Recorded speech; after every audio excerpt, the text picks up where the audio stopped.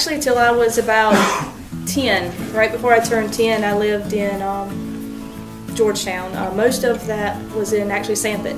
So I went to Andrews Elementary for the most part. Did a few years at McDonald.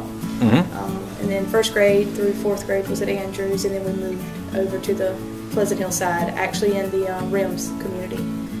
So I went to Pleasant Hill for my middle school and high school career until, of course, senior year. Well, it kind of depends on the subject's math. And actually, 3 years ago now, was fortunate enough to be able to take some computer programming. So I do computer programming, but it's kind of a mixture from 9th to 12th, just kind of depending on the topic that we're doing at the time. So this semester is mostly 9th graders in my geometry, and then I do have a mixture in the computer science class. So I don't know, I did not really start liking math until high school. And then I guess it's just the fact that there's a solution. There is a solution to most things in math, and I like that. I like the critical thinking, I like the puzzle in a sense to it, and I like that it has rules. I'm a very rule-oriented, I like the procedure in things. And I guess that's why I like computer programming as well. There's a process. But I've had the opportunity to teach the ones that when I was, say, in high school, they were young. So they were little kids, and I've seen them come through, which is pretty cool to say, yeah, I remember you when you were in kindergarten, when you were born, or things such as that. I just reached a few years ago that moment when the kids were talking about their parents, and I'm like, hey, I'm old enough to be your mom.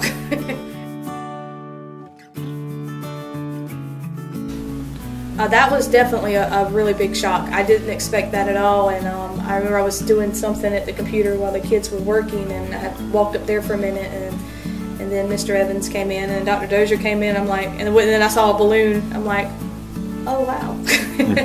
So the kids got up and took a picture, and it was really cool. So that was my first block class. So it was pretty neat. My first and fourth block, I was able to experience part of it with them. So that was pretty cool. I think for me, as far as it as a career, is just being able to interact with the students and see them not only just grow in understanding the math content, but